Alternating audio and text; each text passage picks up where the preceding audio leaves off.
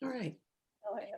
So welcome everyone to our Spring Armchair Traveler Program. My name is Lynn Anderson, Chair of the Armchair Traveler Program.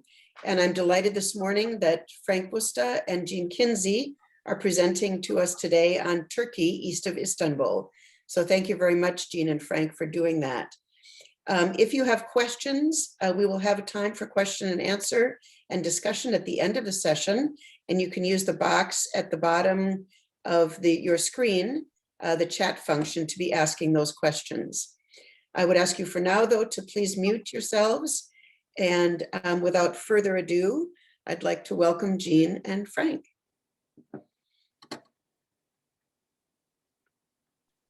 Thank you, Lynn. I'm Jean Kinsey. And I'm Frank Busta. And I'm really pleased to welcome all of you to our talk today. We are using our photos of this tour that we participated in and hope that you will enjoy our rendition of this trip and our selection of the photos. I think that many of you have been in parts of Turkey or maybe all of Turkey. And I hope that this may bring back some real fond memories for you as we go through this presentation. Jean? Yes, well, we're happy to be here this morning and share these photos and our impressions of Turkey east of Istanbul. The title of the tour that we took with Overseas Adventure Travel was called Turkey's Sacred Lands and Ancient Civilizations. So you will see what that means as we go through much of the eastern part of Turkey. Whoops. We have a technical issue here. The slideshow does not seem to be advancing, but there, okay, I'll do it on the mouse. We thought we'd start with a little bit of history because this is the tour of the ancient civilizations. Turkey is actually less than 100 years old. And it was declared a republic on October 29th, 1923, under the leadership of Mustafa Kemal Pasha Ataturk. The new borders of Turkey were drawn at that time at the Convention of Lausanne, and it is outlined on the map in front of you by the bright red lines on the two different sections of the map that you can see. It borders on Greece, Bulgaria, Georgia, Armenia, Iran, Iraq, and Syria. So it clearly is the crossroads of a lot of different political entities in that part of the world. I think historically you can see how large the Ottoman Empire was that was controlled out of Turkey. It went all the way from Morocco to the Caspian Sea and all the way from Hungary down to the Red Sea. So it was a huge empire at one time. Turkey is actually made up of about 65% Turks, 20% Kurds, and the rest are a mix of various kinds of ethnic groups. Has about a population of about 85 million people and is just roughly bigger than the size of Texas.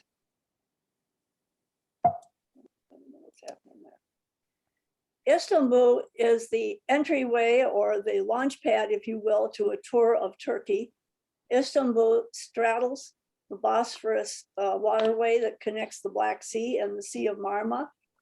The picture you're looking at is the west bank of Istanbul, which is actually in Europe. About 3% of the country of Turkey is in Europe, and they have about 10% of its total population. When you look at this view of the west bank of Istanbul, you see on the far right, the Hagia Sophia, which we'll talk about in just a moment.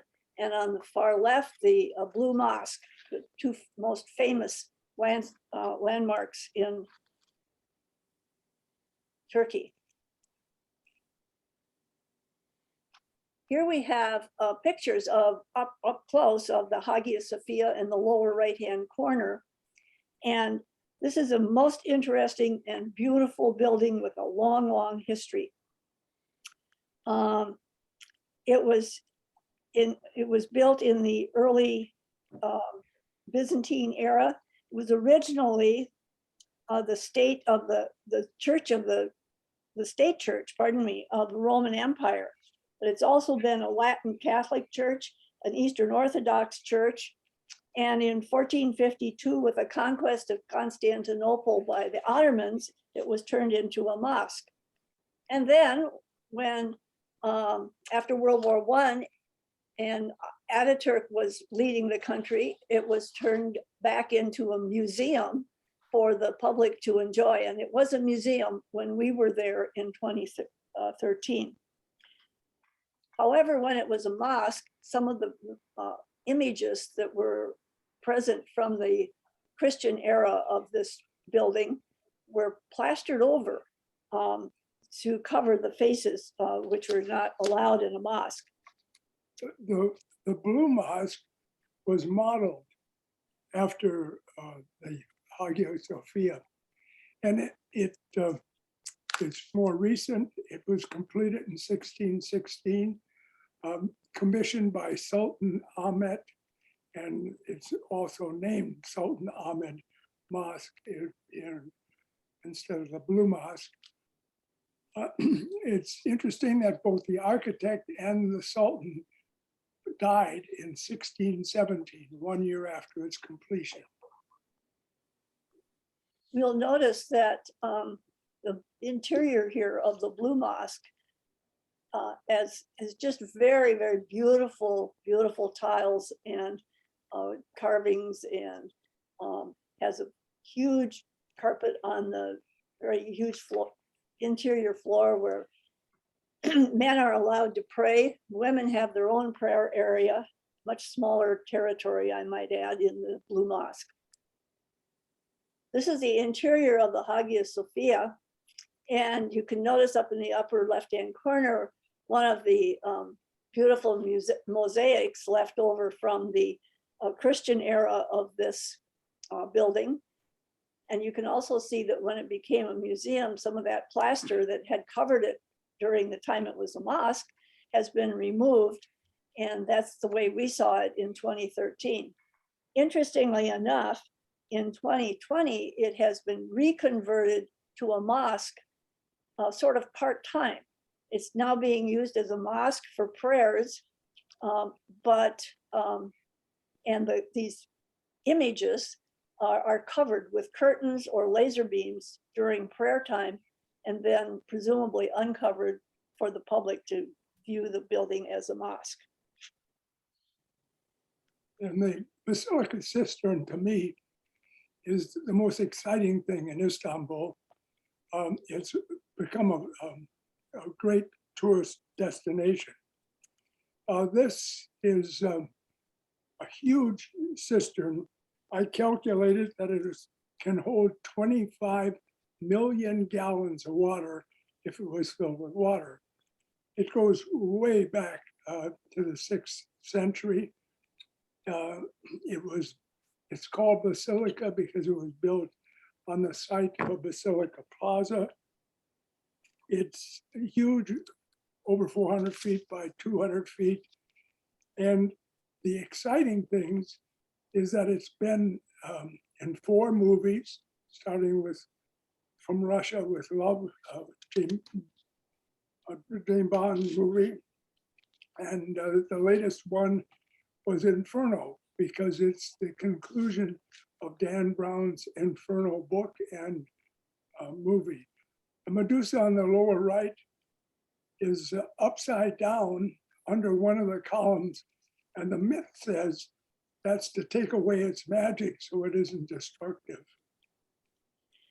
These are some 3 street scenes from the European side of Istanbul. On the lower right-hand side, you can see fishermen on this bridge. They were there almost every day. This waterway is a little spit of water called the Golden Horn. Up on the upper right-hand corner, we have what looks like a shoe shine shop, but it is the Istanbul version of taking care of shoes. On the upper left, we see a rather ominous scene of the military sort of at the ready to chase or arrest protesters, which were active in Istanbul when we were there. They don't look very threatening as they stand here in this picture, but it turns out that just 2 days ago in the paper, there was an article about a lifetime prison sentence registered on Osman Kaval, who has been accused and convicted of financing much of the protests that were going on in Turkey at that time. This is just a couple of pictures that we took inside the Grand Bazaar. Turkey's notorious Grand Bazaar. It has 4,000 shops. It covers 65 streets. It has huge covered areas. The streets are all covered. And we just took a couple of pictures of the food. The spice is a frequent observation in many bazaars around the world. Likewise with the tea, they're very colorful.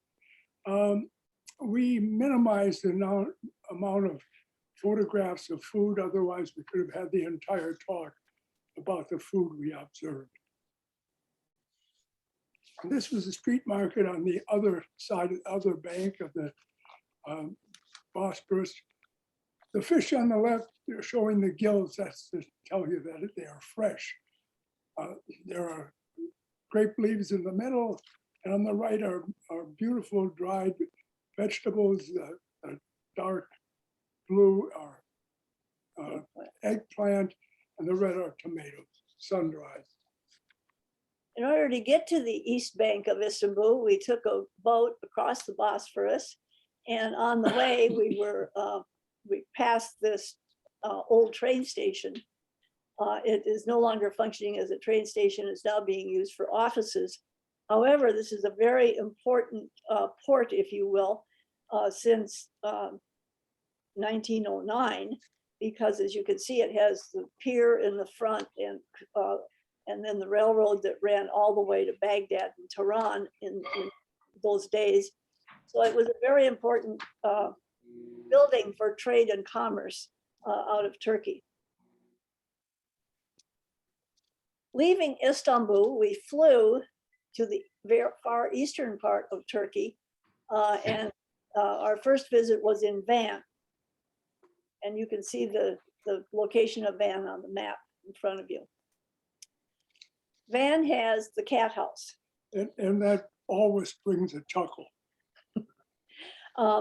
We visited the cat house in Van. The cat house has white, furry, beautiful cats that are known because they have eyes of two different colors, the clear blue and the sort of auburn color. Now, not all of these cats have eyes of different colors, but they have these are what they're famous for. They were originally thought to be feral cats because they were found swimming in Van Lake. They have, there's been attempts to breed these cats. There are some breeders even in the United States, even though we were told you're not supposed to export these cats out of Turkey.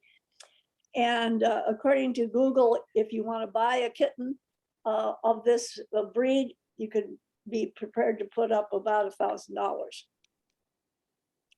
This is a street view in Van. This is very typical street view in many of the cities in Turkey. Lots of men sitting around on the street, having coffee, having conversations, playing games, maybe arguing, whatever. And this is another food scene. Sheep heads, sheep livers, sheep intestines, some cheese. Nothing goes to waste in this food system. Also in Van, there were a number of very skilled silversmiths. As you can see, the jewelry on the right here is very intricate, reminiscent of sort of the ancient culture and style of the Turkish area. The bracelet, the bangle bracelets being made on the left are beautiful. They're engraved by hand. Any design on the outside is engraved by hand. And I actually purchased one of these bracelets, and I'm proud to wear it. This is Van Castle. It's also called the Rock of Van. It's an ancient fortress. And as you'll see through this tour, essentially every city has a fortress of some archaeological quality. We are exploring the ancient civilizations on this tour, so I decided to include this map of the area around Van. Many centuries ago, it was ruled by the UMRA people. And you can see where Van is and where Van Lake is in the Urartu area. The Urartu people or culture had some, obviously some ancient castles and an ancient language. And we visited this relic, if you will, or this dig of a castle in the Urartu culture. At this location, there was an elderly man who was sort of tending this area and talking with tourists. And he was also responsible for translating and promoting the modern learning of the Urartu language. Urartu is actually a cognate, the word Urartu is a cognate of the biblical Ararat, and we will be seeing about Ararat in a moment on a future slide. It was a very powerful culture in the 13th to the 9th century BC. The Urartu language, or alphabet, I should say, it is partially trying to be restored by this man who's living and working at this castle under restoration. We were able to find at least one of the symbols on this carved piece of stone that we could translate using the alphabet translator in the upper left. And that symbol that's outlined in red appears to be TE translated into our alphabet. We took some pictures from the top of the fortress, and you can see here that this is a view out over Lake Van. And Van is a very large lake. It's about 7 times as large as Lake Mille Lacs, to give you an idea of relative size. And it's salt water, 7 times as salty as the normal ocean. There's a fair amount of agriculture in Eastern Turkey, and this is some agriculture that we observed and photographed near Van. You can see that they have cattle. They were harvesting a lot of hay, and we also visited a sheep market. Van Lake has in it the island of Akdamar. And Akdamar has on it an Armenian Church of the Holy Cross, which was built in 912. 921. Oh, I'm sorry, 921. It's a beautiful church. It was part of a monastery for a while. It has interesting mosaics and various art inside. On the outside, it has all kinds of carvings that depict a variety of Christian Bible stories. This is not unusual to tell the stories of religion in pictures for populations that could not read. This building, basically, this Armenian church, has been a museum for many, many years. The Armenians were disallowed from worshiping here. However, in 2010, the government allowed Armenian community to come back and hold worship services for the first time in 100 years. So it is now serving the function of both a church and a museum. From Van, we went by bus across much of the territory between Van and Kars and then to Trebizond. So we are covering this eastern part. This is largely populated by Kurds. When you hear about the politics in Turkey, this is typically the area we're talking about for Kurdish people. And this is interesting countryside. You see a honey farm, I guess I could use that term, with beehives. And on the right, it was suggested by our tour guide that these could have been smugglers in the saddlebags on the horses. But he said it was something very reasonable, like charcoal. And we couldn't understand why you would be smuggling something that had very little value. At least value to us. And here it is, Mount Ararat. This is where Moses was supposed to put the ark down on the top of it. I was a little disappointed there wasn't a tourist stop with memorabilia. I expected somebody to try and sell me a piece of wood that came directly from the ark, and that just wasn't here. There was no tourist activity around here. It's interesting to see that cell tower juxtapositioned against Mount Ararat. And then on the right, you can see this location is quite close to Iran, within 32 kilometers. Yeah, Mount Ararat is almost 17,000 feet tall. So it's sort of logical that if there was a really very big flood, part of it would be sticking up for landing.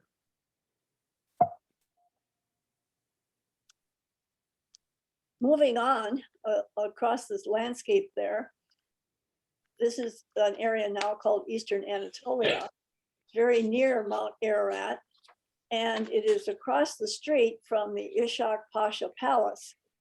If you look closely at the side of the hill, you'll see these fortresses that are built at several layers and levels right into the side of this hill.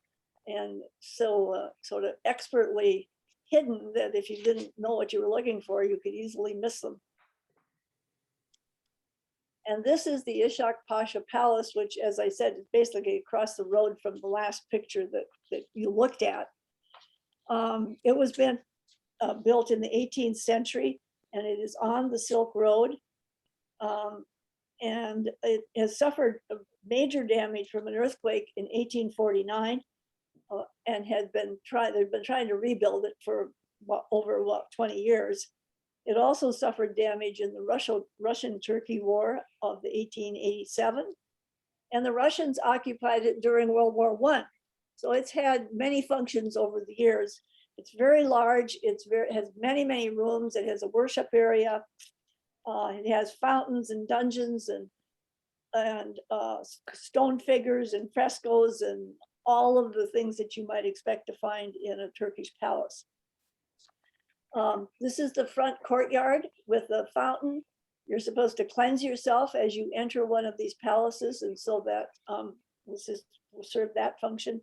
In the worship area, you can see some frescoes still surviving in the ceiling. Just another picture of the kind of rooms and interior of this palace, including the stairways that go down into the dungeons, where you can only imagine what kind of prisoners were held there. On our bus, continuing our bus tour, we actually looked around and came back out of the salt mine. What I have to say about that is that it was dark, damp, and salty. And that was on our way to Ani, which is the ancient Armenian capital. At one time rivaled Constantinople and Baghdad for importance and size, but was destroyed in 1319 by an earthquake and actually left deserted for 300 years.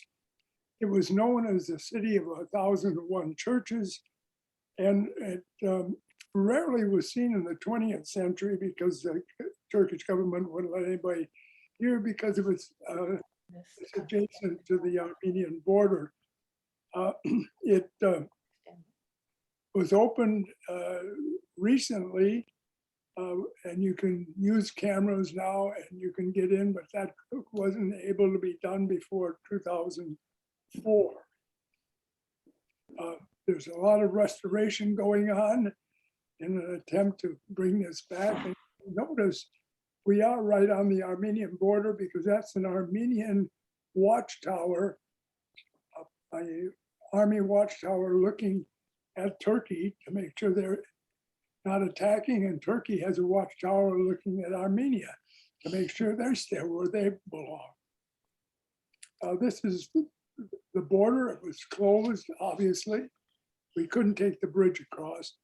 We were that close. On the right is Armenia, on the left is Turkey. And then these are examples. This is the Church of St. Gregory, built 1215, and it still has interior frescoes that we restored.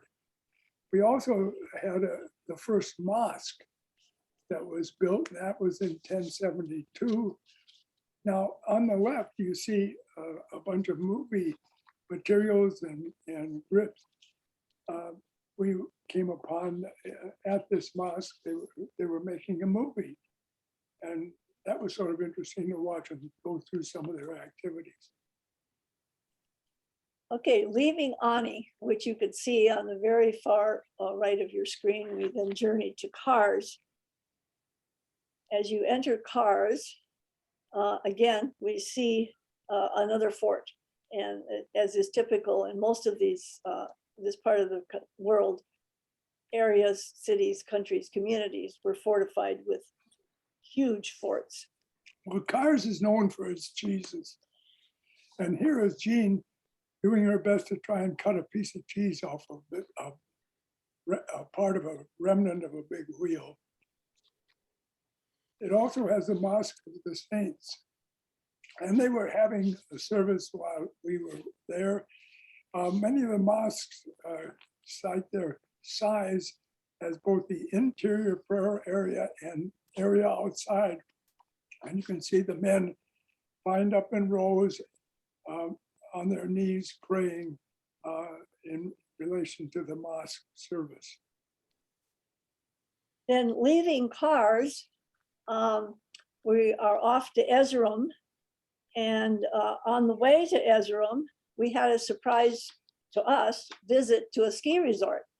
It was in September, so there was no snow there at the time, but we did spend one night in this ski resort. Entering Erzurum, we were able to see the Great Mosque and a museum. Turns out that the Great Mosque and the museum are now in the same building.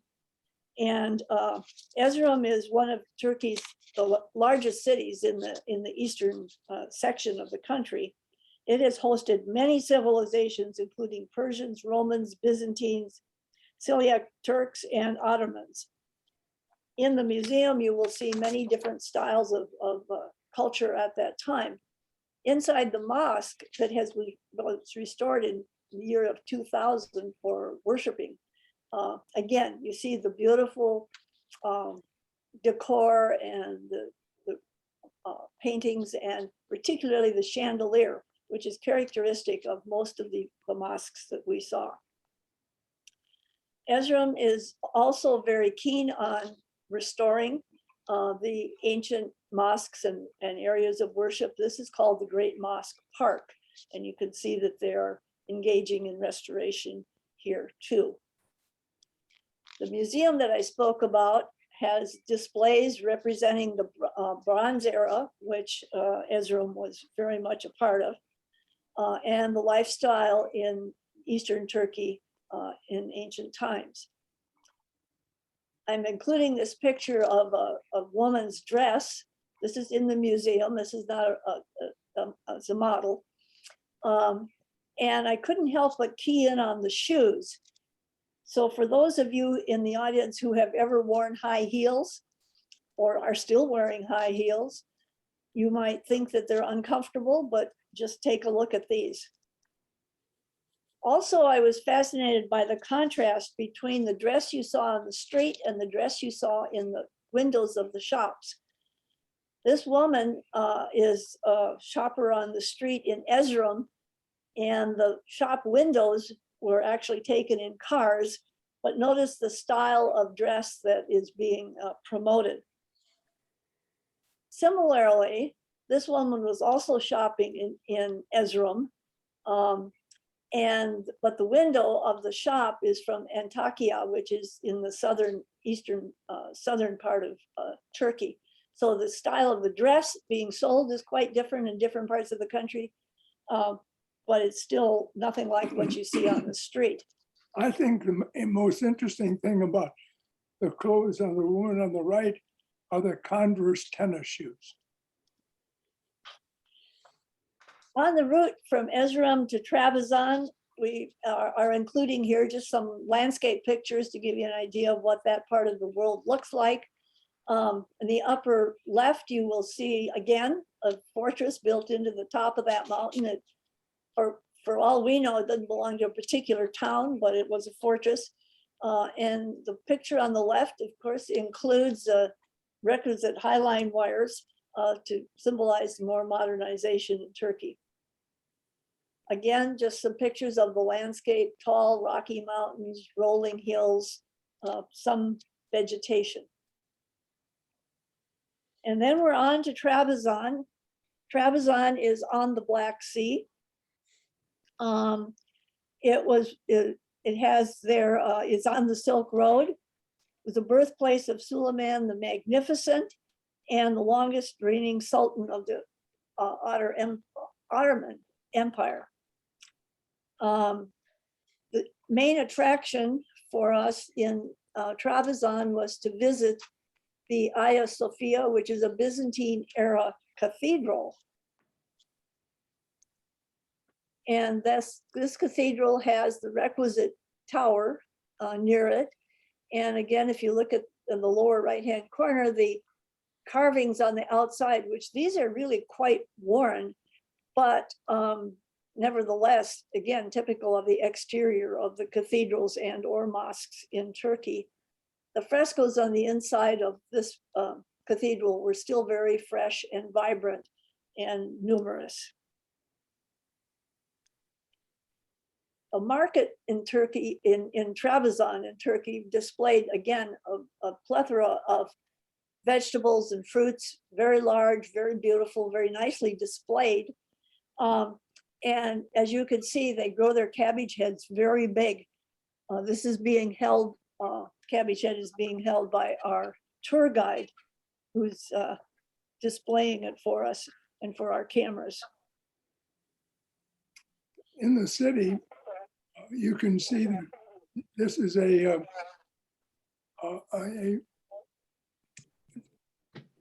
port city on the Black Sea.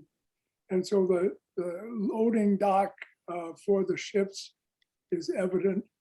In the downtown area, it's contemporary with its own McDonald's and appropriate traffic jams. Jean pointed out that there are no lights. So it's sort of whoever can push their car into the way will get through. And the left is a beautiful park right in the center of the city that is very well manicured. A little bit outside of Trabzon is this monastery complex of Sumila. And as you can see, it looks like it's hanging on the edge of the cliff. We were privileged to be able to go up and visit it. Well, this is, you see it was built in 385 or finished in 385, or at least occupied in 385. Our bus took us within a half mile of it. Then we had to walk the remaining way up to the monastery. In hiking up, we got a high view into the monastery on the left, and then you can see us coming up a well-established path, and then down steps into the monastery. It is beautifully decorated, all kinds of frescoes inside and outside on the outside of the building. Okay, we after the monastery and Trabzon, we got an airplane and we flew westward to Ankara. Ankara is the capital city of Turkey, and it is quite large. It's densely populated, as you can see from the buildings and homes and condominiums, apartments, whatever, on the upper right-hand side. And on the left is the Ataturk Mausoleum. Now, as you heard earlier, Ataturk was the key father of the country who established the Republic in 1923.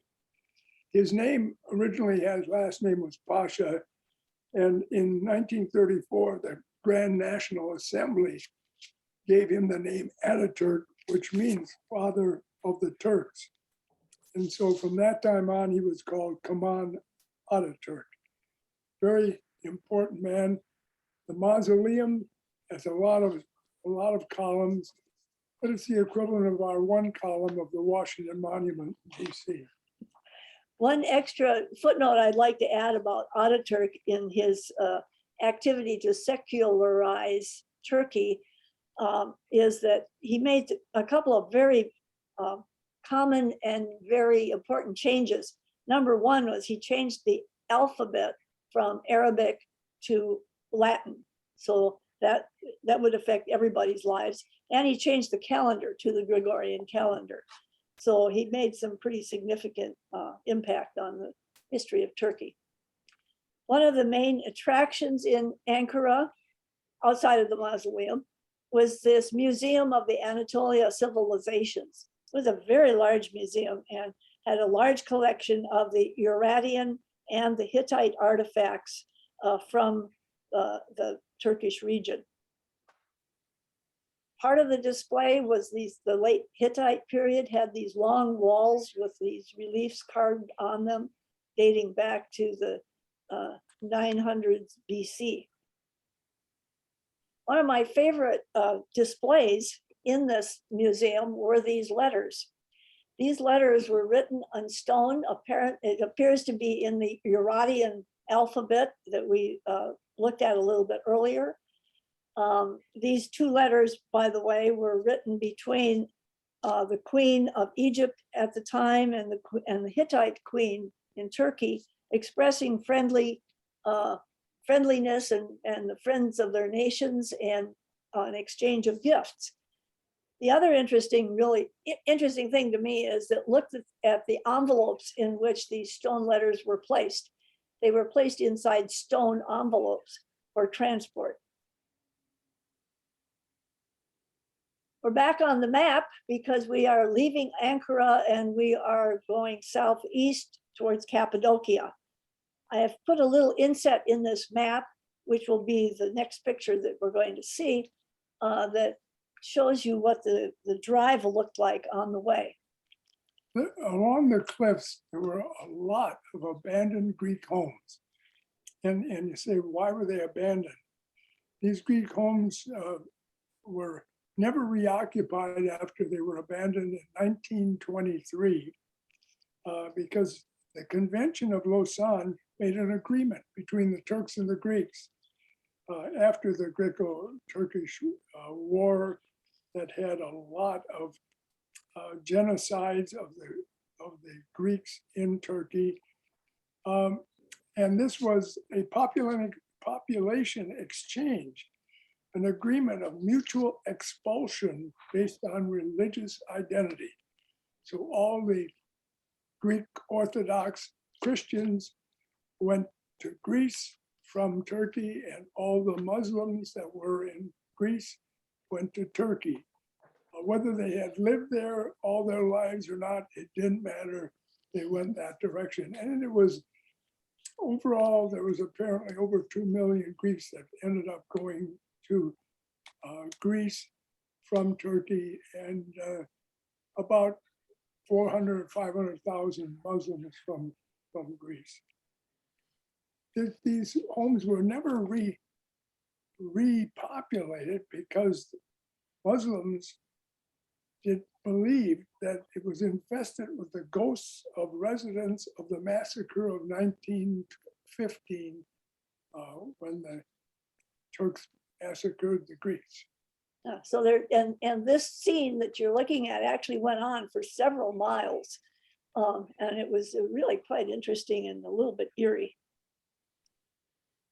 Cappadocia is probably one of the more famous and beautiful and weirdly shaped areas in Turkey.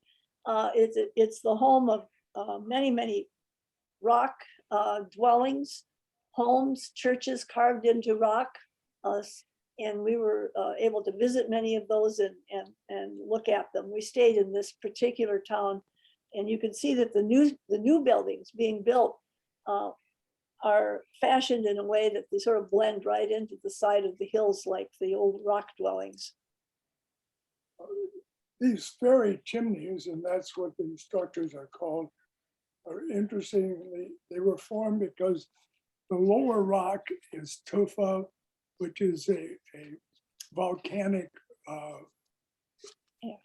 ash rock, and it is easily eroded by wind and water. And the upper rock is much more resistant to water and wind, and therefore protects that cap. Sometimes it's all the way down, but sometimes you get these fairy chimneys.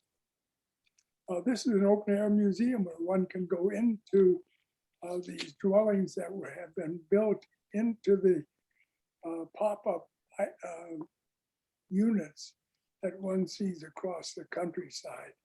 And this is literally caves built into rock formations. This area of Turkey has a rich history in crafts and art. And we visited a pottery museum and a pottery shop. Supposedly this pottery tradition here goes back 9,000 years. I find that a little astounding, but that's what the literature says. We actually purchased the plate that I and the artist of the plate are holding on the left-hand side. It is supposedly an old family design of his family, and we're very happy to have it in our home. This is sort of the beginning of, well, maybe not the beginning, close to the beginning of the Turkish rug supply chain. These very expert and nimble fingers are tying knot after knot after knot after knot, making a Turkish rug. I was lucky to be able to sit down next to her and have her show me how to do it. And all that told me is that this job is better done by her than me. This is sort of the end of or close to the end of the Turkish rug supply chain. And this is the sales room where, of course, salesmen are trying to sell all of us tourists some Turkish rugs. They're beautiful, they're wonderful. You'd love to have one of every one. We resisted buying a Turkish rug on this trip.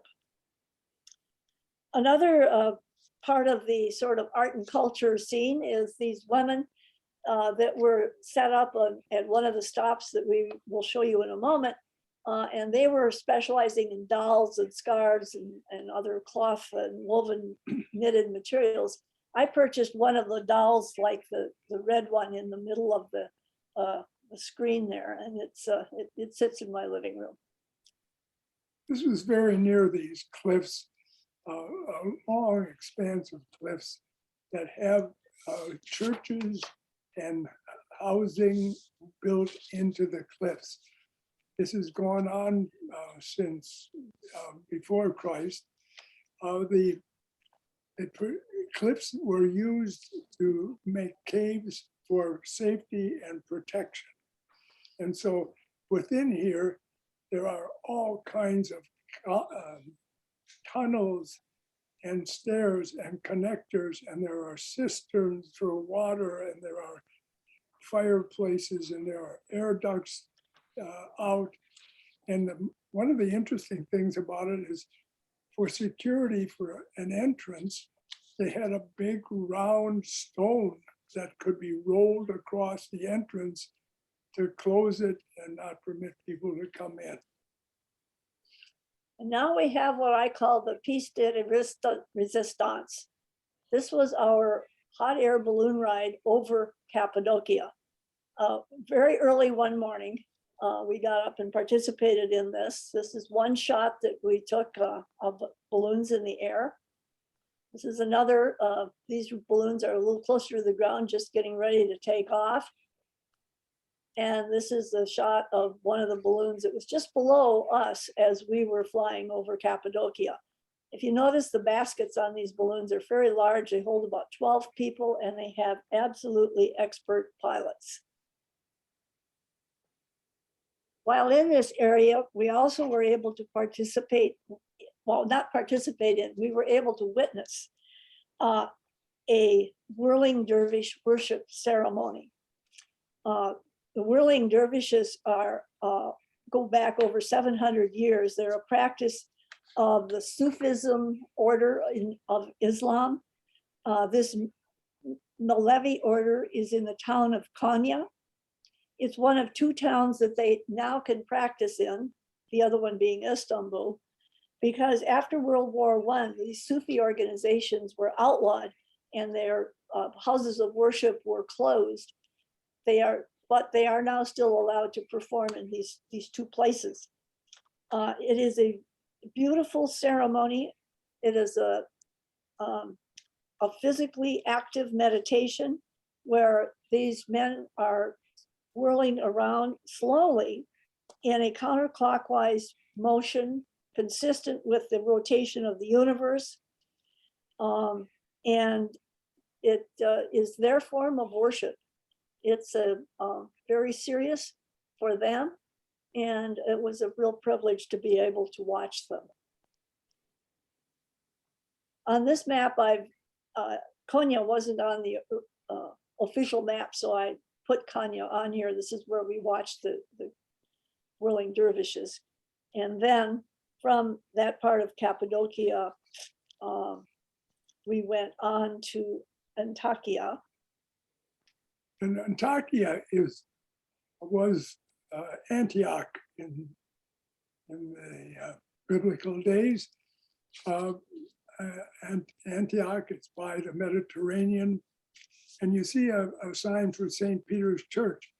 They were trying to restore this. It was in a cave. This is as close as we got. But St. Peter used Antioch as his first mission to the Gentiles to convert them to Christianity. And they were the first group to go by the name of Christians. These are Antioch or Antakya scenes.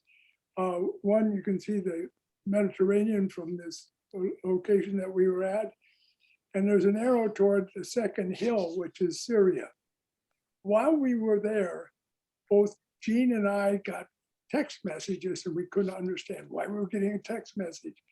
And it was the Syrian telephone system saying, "Welcome to Syria. This is what you do to make a call." At first I thought the bus driver had taken a wrong turn and we were in Syria. But anyway, it was enjoyable. It would not have been a good time to be in Syria.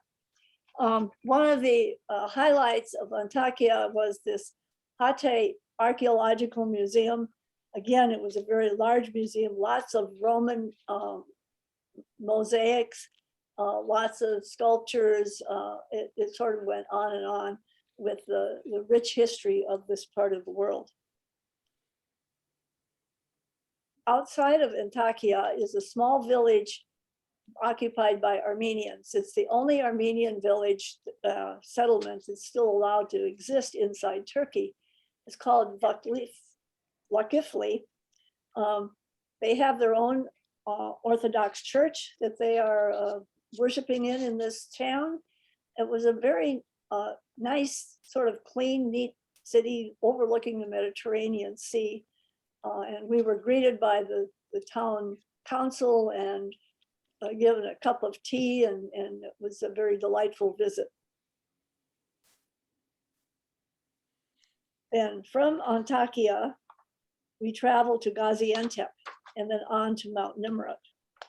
On the way to Gaziantep, we went by a Syrian refugee camp. We were not encouraged to take pictures here, but of course, have camera, will shoot. And you can see that there are razor wire on top of the fences, but the entrance seemed to be quite wide open and people were coming and going for shopping or work or whatever.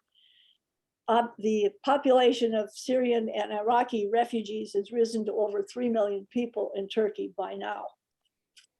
Remember, this was 2013.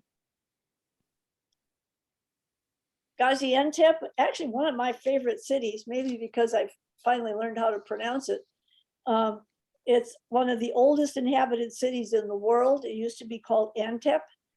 It's known for its pistachios. You'll see a picture, a little drawing of a pistachio up there by its name on the right-hand side, and its olives. And according to our tour guide, it has the absolutely best baklava in the world.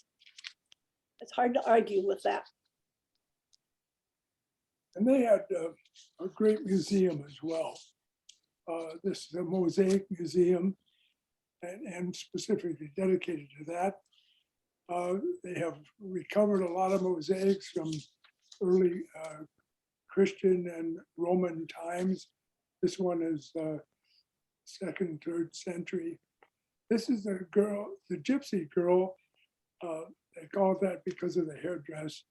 And the unique thing, this is a super special mosaic. Unique thing is that the eyes apparently follow you whenever you're, wherever you are. It also has many floors that have been transported here that are mosaic floors from a nearby Roman city. And now we're on to Mount Nemrut. And this is what I think was one of the real highlights. It's considered one of the most extraordinary archaeological sites in the world. And it's dedicated to a megalomaniac called King Antiochus. This is that's at 7,000 height at the peak. And the very top of that is loose rock, which is his tomb or mausoleum. The head on the right is Apollo, one of the best, one of them that's in the best condition, and maybe that's because he was a sun god. We were driven to the mountain, but we had to climb up the mountain. And here is Frank with his double walking sticks, having climbed up the path to the terraces at the base of the peak of the mountain. Notice the sign on the right-hand side, this is, it's forbidden to climb on the hill. But then there's Frank. Actually, he's on an assigned path. If you look at all the little rocks up in the far upper right-hand corner, those are the tiny little rocks that go all the way up to make the top of the mountain. And you don't want to climb on those because if you do, you might disturb the tomb that is within. And Jean took the easy way. She rode a donkey up to the top. I don't do very well at 7,000 feet. And this is the East Terrace. This is the situation, the place that was dedicated. It was one on the east and one on the west. That this megalomaniac king wanted for his tomb. His tomb apparently is somewhere in that pile of rock behind there and has not been discovered yet. Archaeologists have been looking at it, but if you know slides, if you started that rock going, it's hard to know what would happen. If we look at the next slide, this is a model that this is not our picture. We just took this off the web, but this is a model of what that would have looked like originally. The height is about 30 feet high. And from the right, there's a lion, an eagle, Hercules, and then King Antioch, and then Zeus, and then Chiche, which was the goddess of fortune and for food, and then Apollo. If we go back to, this is what has been, what remains right now. And you can see the heads of the 5 gods, because the king thought he was a god as well, in front of this display. This is a close-up of Chiche and Hercules.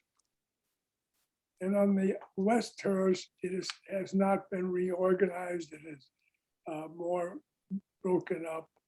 And it has, again, a couple heads.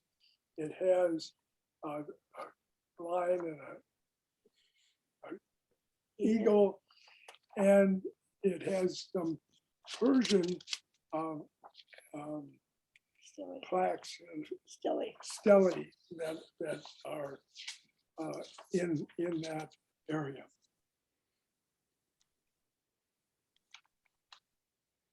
In the Taurus Mountains is also, I thought, just a super Neo-Hittite city, with lots of hieroglyphs. And I think the most important thing is this lion on the right. That lion has Phoenician writing on one side and Luwian writing on the other. Because, and up until they found this lion and started interpreting this, they were not able to understand the Luwian hieroglyphs. And once they got this with the same language, same item was on one side in Phoenician, the other side Luwian, they were able to translate Luwian. And they compared this to the Rosetta Stone that would help decipher the Egyptian hieroglyphs. Okay, well, we left Cappadocia and Mount Nimrat, and we've been through the Tarsus Mountains. We are now going to Adana, which is actually the last city that we visited, except for a side trip to Tarsus. In Tarsus, the main attraction was seeing the birthplace of St. Paul. This well is supposedly at the birthplace and the home of St. Paul. It's being maintained, has fresh, clear, safe water to drink. We were offered water out of this tin cup. I took a sip, Frank did not. In Tarsus, one of our fellow travelers volunteered to have a shave and a haircut at a local barber shop. I thought he was extremely brave, but it all turned out well. And sitting on the street, we again have a group of men, this time around a table playing a game. And I didn't know what it was at the time, but a little research and advice tells me that it was probably rummikubs or rummy cubes. And maybe some of you know this game and play it yourself. Back in Adana, we see this extraordinarily beautiful mosque. It was built in, I think it was 1999, so it's relatively new. The interior has all again of the beautiful domes and tiles and paintings and gold and all of the things you see inside these beautiful mosques. There was a night view of that mosque actually from our hotel window, as I recall. So this is the last city that we were staying in, and we flew out of here then for home. There's one last important thing to note about Adana. In Adana, there is a United States Air Force base. And if you recall, in 2013, when we were there, on August 21st, on August 21st, there was a nerve gas attack inside of Syria. By August 30th, our then President Obama had made a decision that he was not going to attack in Syria without consulting Congress. So an imminent attack by the US in Syria was forestalled. We left for our trip on September 3. If he had decided to go ahead and bomb in Syria at that time, we would probably not be here today with this talk to you, because at least the second half of this trip would never have happened, because we were in the southern part of Turkey, right next to Syria, and this is the air base which would have been used for those attacks. So we were the beneficiaries in terms of this trip, at least, of that decision. So with that, we want to thank you for coming along on our tour of Turkey's sacred lands and ancient civilizations. We've enjoyed the trip immensely. We've enjoyed putting this presentation together, and we thank you for being here to listen. And now we'd just love to hear any questions or comments, or some of you have been on a very similar trip. Please fill in the blanks.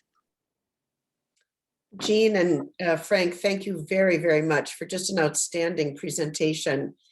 Your photographs are incredible, and you've brought so much history, culture, science, humanity to the description. So many, many thanks. Just a fabulous presentation. If you have a question or a comment or something to add, you may certainly put it in the chat box, or if it's something longer, feel free to unmute yourself and I will call on you and ask the question. Jim Hughes says, nice job, thanks, learned a lot. And other questions, comments?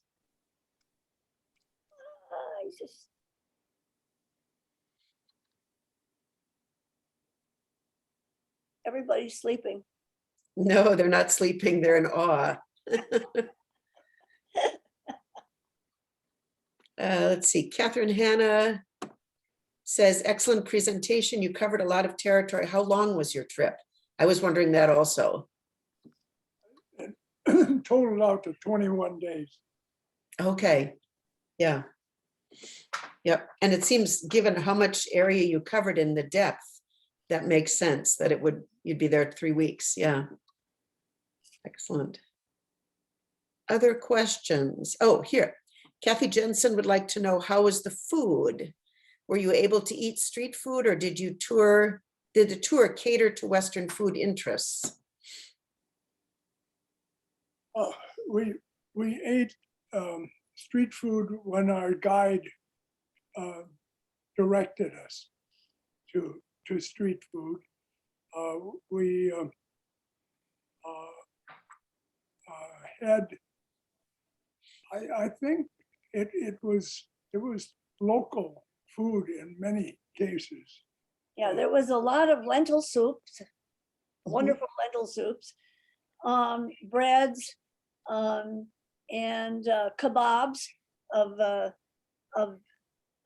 not pork, obviously, but lamb, out of lamb kebabs and beef dishes. No lamb heads. We didn't get any. We, traveling around the world, we studiously avoid any fresh fruit or vegetable, except maybe in one of the very high-end hotels where we sort of trust the kitchen with the fresh food. And anything on the street that comes right out of a deep fat fryer we consider to be safe. But other than that, we stuck pretty much to the food that was recommended by the tour guide. Great. John Anderson said he enjoyed your presentation immensely. Thank you. Donna Charlotte is asking, you mentioned having a guide. How did you arrange this awesome trip, and were you with a group? Yes, we were with a group. The tour company is called Overseas Adventure Travel. It's a division of Grand Circle Tour Group. We've taken several tours around the world with Overseas Adventure Travel, and so they organized all of the tour for us, and we've been very happy with them. And the Swans have taken even more with that same group. Yeah, no, it is OAT, the shortened version. OAT is, yeah, I think known for being culturally in-depth, and yeah, and good history. Did you have the same tour guide for the whole 3 weeks? Yeah, Yes. yeah, we did. Nice, okay. When you say culturally intense, after you finish these tours, it feels like you've just been immersed in this information, like drinking out of a fire hose. I mean, it just keeps coming day after day, and great depth and exposure. And well, we think it's very enjoyable. Mhm. Learn a lot. They send you information to read ahead of time, which I do not do. I like to discover, and if I read all about it ahead of time, it would take a little off of it for me. There are other people on the tours that have read all the literature, and they're just loaded with selective questions and things like that, very knowledgeable. I like to read about it afterward, Mhm. find out, to expand what I have discovered. Yeah, so that when you're there, it's that kind of fresh Yeah. surprise experience, if you will, in some ways. Yeah, yeah, good. And William Seifert has sent a link to everybody for the OAT travel, Good. if you're interested. Will Craig is saying he's always thought of Eastern Turkey as dry and barren. Your countryside photos endorse that view, yet the cheese and urban vitality seem more lush. Please comment. Well, I think the urban areas were very vital. I mean, and the agriculture that supplied, the cheeses and the honey was also another product that was sold, for instance, in cars and Ezra, both in the shops. And the ski resort. I mean, we sort of brushed quickly over that, but it had a very large ski resort, and obviously it invites winter tourists there. So there's some vitality in that part of the world. And there were parts of, like near Van, there were some major agricultural areas, low areas, flat areas. They get enough water, enough that. And then in other areas, it was just sheer rock, and so it all, it depends on which part of the elephant you're looking at. Yeah, yeah. John Anderson said he especially enjoyed seeing the Turkish rug sales floor, and that you guys resisted and they did not. So, Well, we have bracelets and dolls and dishes. So yep, there you go. There you go. Yeah. Will Craig is saying, oh no, sorry, Millie Woodbury. Do you have any desire to go back and tour the turquoise coast, Ephesus, Troy, etc.? Thanks for a wonderful program. Yes. Yeah. There you go. Simple answer, yes. yeah, short answer, yes, of course. Yeah. Millie, let us know if you've been there. It sounds like perhaps you have. So, and Will Craig is saying Ataturk made Turkey non-sectarian. Seems like things are going the other way. Comments? Yeah, that's absolutely right. Well, Ataturk actually took it towards the sectarian or into the sectarian culture, much more secular. And when Erdogan became president, he is basically not very slowly pushing it back in the other direction. That's actually part of what the protests were about, that when we were there, that the students were protesting the movements of Erdogan, that he'd been recently elected at that time. Mhm. And of course, the recapturing of the Hagia Sophia recapturing my words, not his, to make it a mosque again, at least for prayer services. Is another sign of his wishes or his mentality.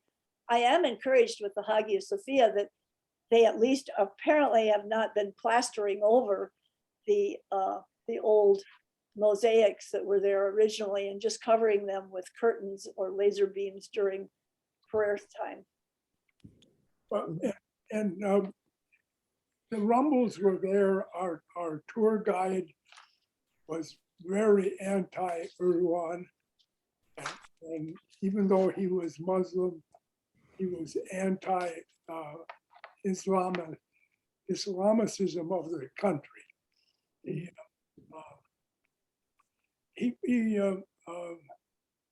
forecast a lot of what has happened. He said it was going to be like this, it was going to move that way, and it has been happening. But it's happening in a lot of countries. Nationalism or whatever the excuses are for religion or whatever, it's moving in that direction for some reason. Yeah, I might add that in spite of this sort of presumably moving backwards, but in some of our views at least, I was interested to know that Turkey is pretty much a part of the Western world order, in that it's a member of the United Nations, of NATO, of the IMF, of the World Bank, of OECD. It's in the G20. It really is a world, it's part of the Western world's partnership in a lot of these world organizations still. So it has a kind of a mixture of behavior. It's like Istanbul.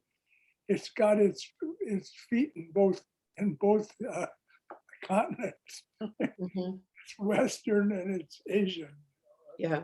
And I was thinking, given the description you guys did at the beginning of, all the different countries around Turkey and the influences that have gone back and forth over the millennia, it isn't surprising that it's that kind of mixture, I guess. Yeah. So, yeah. Millie is noting that, yes, she's been there to the turquoise coast.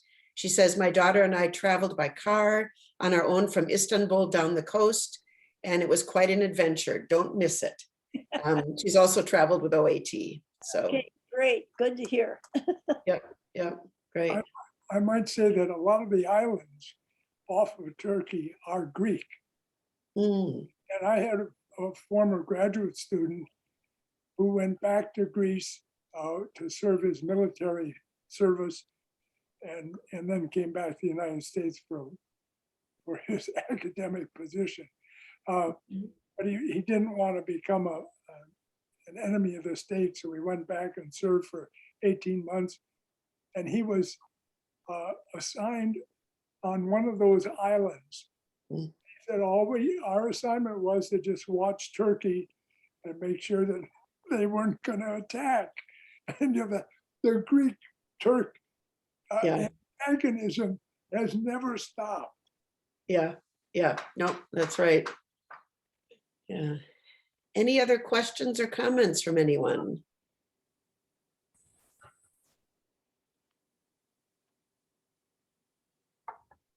All right, well, seeing none, Jean and Frank, again, many, many millions of thanks. That was just a fabulous presentation and such incredible photos and wonderful information. So thank you very, very much. Well, thank you for inviting us, and it has been fun to go back and revisit this trip ourselves and add to our own knowledge of the area of Turkey. Great. Yeah. And if any of you who are tuned in here with us would like to present next year, we will again have 3 Armchair Traveler programs, one in the fall, one in the winter, and one in the spring. And so, and I believe again, Wednesday is 10 to 11:30 roughly. Typically we'd have 2 presenters on different topics. Jean and Frank presented together today on Turkey. But if you would like to do approximately a half-hour presentation, and then we'll have 15 minutes for Q&A, the entire session would go from 9 to 11:30, an hour and a half. So feel free to let me know if any of you are interested in presenting next year. So, all right, anything? No? Okay. Well, thank you all for joining us today. And spring, I believe, is on the way. So take care. Bye-bye. Bye.